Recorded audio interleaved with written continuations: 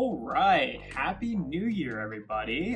For today's video, rather than doing a regular review like we usually do, we're going to be taking a look at my top 10 Transformers for 2024. Yeah, it's been a really strong year. I like all the stuff that they've been putting out. Some nice, fun sublines. I really like Legacy United and most of the figures in there. Some pretty good stuff out of Studio Series 86 this year as well. I found that, usually my top 10 list ends up being mostly figures that were in my sort of canon definitive display, which I've talked about before on the channel. I'll spare you now, but this year I actually did find that there were a fair number of figures that weren't in my sort of canon display that actually did make the list. But yeah, not really here nor there, but it's kind of an interesting change of pace here. But yeah, I've got a few honorable mentions that I'll get into first. I've got 5 to go through. My first one is going to be Barrage from one of the Doom and Destruction 2-packs. Yeah, Barrage has always been one of my favorite deluxe Insecticons, and we've really needed new versions of these characters for a long time. And yeah, both him and Chop Chop are really good. They're both using, the Insecticon mold from Legacy United that we've gotten a few times before, but honestly, it works really well for them. And yeah, no, it's a really fun little figure. Nothing super incredible. He's a pretty simple figure, all things considered, but he's just one that I've, a spot that I've really wanted filled for a while, and he definitely does a good job at it. So he's going to be my first honorable mention. My second honorable mention, honestly, I was hoping I would like enough to put on the actual list, but it is going to be Studio Series 86 Swoop.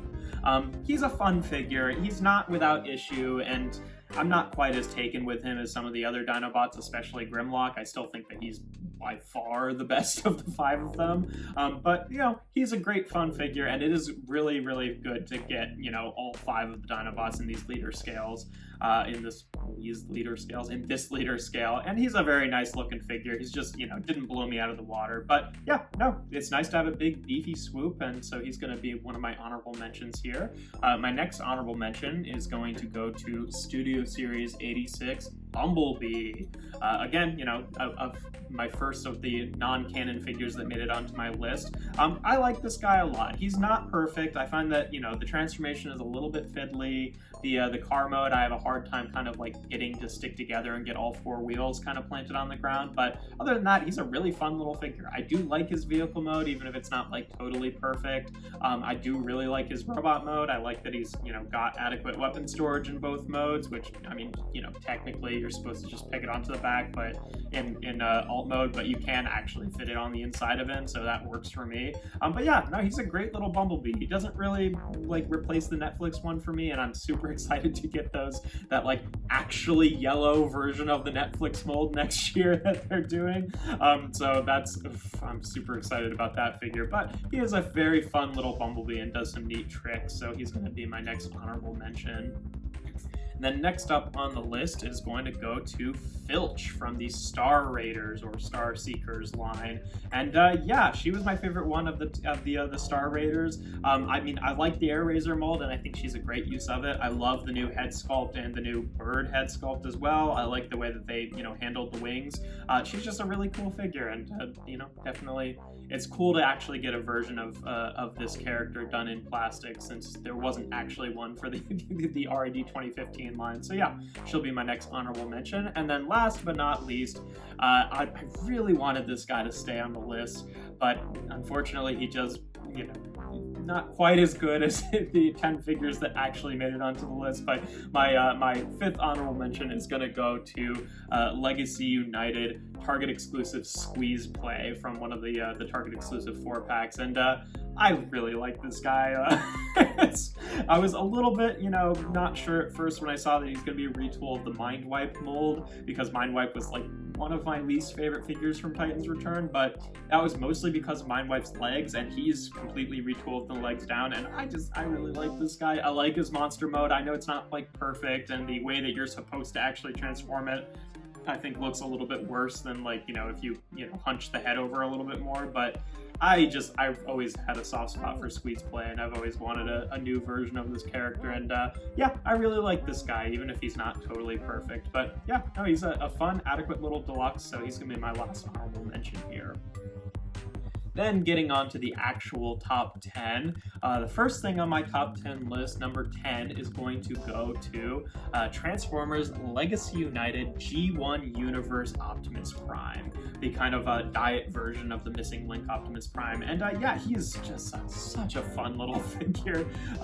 He's like definitely, you know, he really does scratch the itch, and it's like to the point where it's like, I'm not sure if I would have bothered to pick up Missing Link Optimus Prime if this guy came first. Not to say I don't like him better, but he definitely does, you know, accomplish many of the same things that Missing Link does. Like, yeah, you know, he doesn't have like the die cast, and he's like a bit smaller, but you know, he's just a really fun little figure. The transformation is pretty similar to the original, just with a couple neat extra little tricks here and there. And yeah, he's just a really fun little toy, and there's not a whole lot else to say about him. Just, you know, it's again kind of strange that him and Missing Link came out in the same year, but you know, it is the 40th anniversary, and they've done some pretty good Optimus Primes this year, and he's definitely one of them.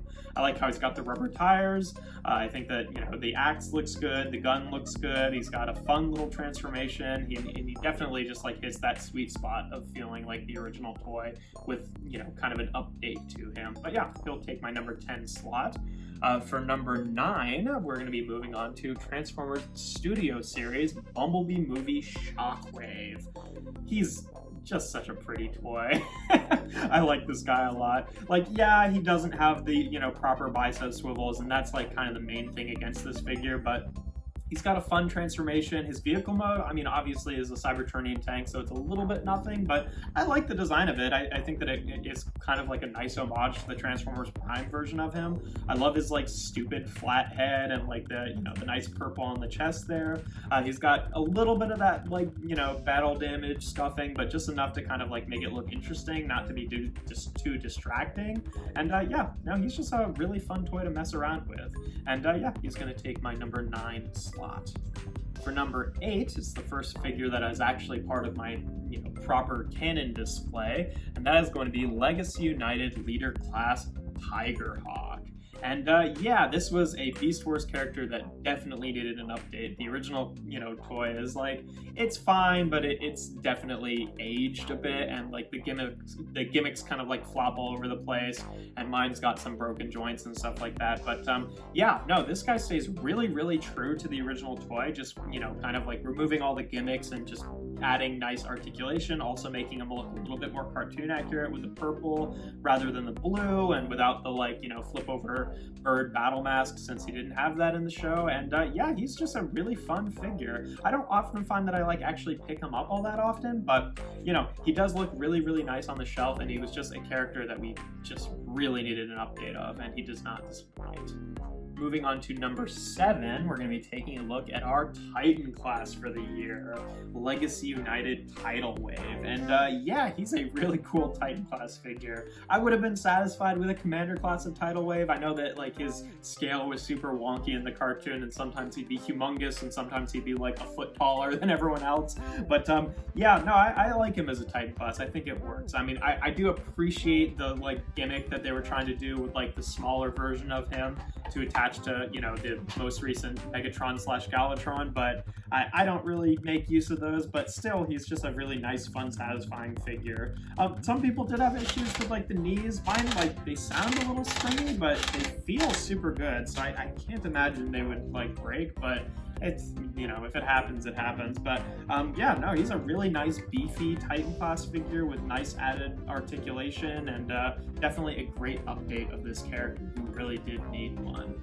And then number 6 for my list this year is going to be Legacy United Silverbolt. Again, another Beast Wars character that really was due for an update. I mean, honestly, the original Beast Wars Silverbolt toy is pretty good. It's just a little bit lacking in paint and like some articulation points. But yeah, I could have used a figure that was maybe even a little bit closer to the original one, just because that original toy is so good, just with like new wing articulation. But I do like the way this one works. You know, I like the transformation kind of flips around in a different way, which doesn't always feel super intuitive to me, but still it works pretty well, and he is a great update of the character there, and definitely has all that nice added painted detail to make him, you know, like look like he actually fits in with all of our other modern Beast Wars characters. And yeah, no, he was again just another character that needed a good update, and good update he is. That's he's going to be taking my number 6 slot. And now we're going to be moving into our top 5 territory. And number 5 on my list, probably ranked a little bit higher on some other people's lists, but it's going to be the most recent figure that I've gotten, and probably the last figure that I'll get this year, which is Studio Series 86 Commander Class Optimus Prime. He is... what a thing. I mean, he's a really fun figure. You know, obviously he's like a little bit bigger than Voyager and being priced at a commander class, but unlike some other ones like that, like he's packed with a lot of stuff that's all things that you would actually want to come with him.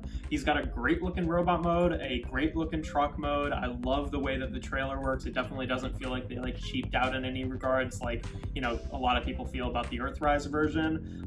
He's just, you know, the transformation is maybe a bit more involved than I'd like it to be, but it's kind of hard to argue with the results because he really does look like he just walked right off the screen. I'm still going to keep my Earthrise Prime as my like definitive Prime in my collection for reasons that I explained in his video, but you know, if you were wanting him to be your definitive Optimus Prime, it's really hard to argue with that. He is such a great looking figure, and yeah, he's got a lot of nice, you know, posability. He's got like great accessories that all work really well. I mean, this is like the gun that came with the Centurion pack, which I think looks a little bit better with him, but you know, honestly, the gun that he came with also works great. It's just a little bit smaller, but yeah, no, really fun figure overall, and I don't have a lot of complaints about him aside from like the floppy smokestacks, which I guess I could just kind of glue into place. But yeah, no, fantastic figure, and I know he made the top 10 on a lot of people's lists and even made number 1, but yep, he makes my number 5 spot. Moving on to number 4, sometimes my favorite figures of the year aren't always like the big flashy like items, but sometimes they're just like the simple, good early year deluxes, and my number 4 spot is going to go to Legacy United Chase. He's just a really nice figure. Like, yeah, his shoulders do the whole thing where the swivel's at the shoulder and the hinges at the body, which makes his arms a little bit clunky and not being able to like move in every position, but other than that, he's a really fun little figure. He just captures like the perfect blend between like the Rescue Bots aesthetic and like a Generations aesthetic. He's got a really fun, neat transformation. I love the way that the legs work to get like the headlights on the front here. I just think he's a really fun little figure, and yeah, you know, it worked well as Prime Universe Cliffjumper too, but this is really the character that I feel like this mold was made for, and yeah, he's just a lot of fun. Great posability aside from the shoulders, and really fun transformation, and you know, it wasn't even a character that I totally knew that I needed like a super like well done updated version of, but yeah, he's just a really nice little deluxe, and hard to argue with that, right? All right, moving on to our top 3 here. My number 3 spot this year is going to go to our Legacy United Commander Class Magmatron. Frankly, I still cannot believe that this thing even exists. Like, Magmatron is a character that I've always really wanted a version of, and for a long time, I thought that I was just gonna have to give up eventually and finding like a cheap enough version of the original one, which honestly, you know, looks like a really fun toy, but it also has like gorilla elbows, and like, I cannot believe that they decided to do one of our, like, you know, now 2 Commander class figures a year as Beast Wars Neo Magmatron. Like, this freak show, I love it. He's got a great robot mode, which is surprisingly well articulated for all the like dinosaur junk he has hanging off of him. Awesome dinosaur modes, all 3 of them. He does the orgy mode, which, you know, is stupid, but it's done well. It looks fine. And yeah, no, just a really nice figure, and again, does feel like a nice big beefy commander class figure. And yeah, I'm really just in awe that it even exists, but he is a really nice figure, so he's going to be taking my number 3 spot. Number 2 on my list is going to be one of our big sort of like pretty premium items this year, and it's going to be Missing Link Optimus Prime. What a thing this is. Believe it or not, I've never actually had a G1 Optimus Prime, so weirdly enough, this was my first exposure to the G1 mold, if you can even really call it that, but what a thing. I mean, it just feels like such a premium item with like the die cast and the nice clickety ratcheting joints. Obviously, there were the 2 different versions. This is the cartoon version because I did not want to buy the whole trailer with it and pay an extra like $40 or whatever it was. But yeah, for the first like few weeks that I got this guy, I just could not stop staring at him. He's just so pretty, and it's such a great figure. It's not, you know, perfect, and like ever since they did like the Masters of the Universe origin line with Mattel, I've always thought that this would be a great thing to do for Transformers, of like updating the G1 figures to give them added articulation. And like, you know, obviously you could go for him or you could go for him. They both kind of do that same thing, but he is such a really nice product. And yeah, you know, my two things that kind of hold me back from like calling him like just definitively #1 are the price. I think he costs a little bit more than he ought to, and then also mine did have a bit of an issue where like the internal joints were like starting to discolor a little bit, which is why I moved him up here, because it's a bit more like temperature and climate controlled in this room than like my, you know, living room area downstairs where I previously had him. But honestly, you hardly even notice that. Like, you really can only notice it when it's in truck mode. When it's in robot mode, you can hardly tell the difference at all. But you know, it's a shame, but still kind of a nitpick at the end of the day. And oof, what a pretty figure this thing is. That's pretty much all I can say about it. It's just a really nice premium feeling figure.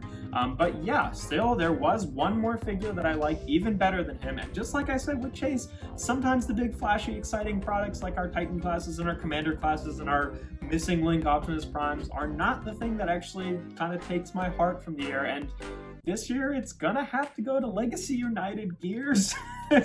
Our tiny little deluxe Gears. Again, just another character that we really needed an update of, and he's just perfect. I love his stupid little head sculpt with the big wide head there that's actually, you know, his head rather than like his head being within a case like some previous versions of Gears that we've gotten.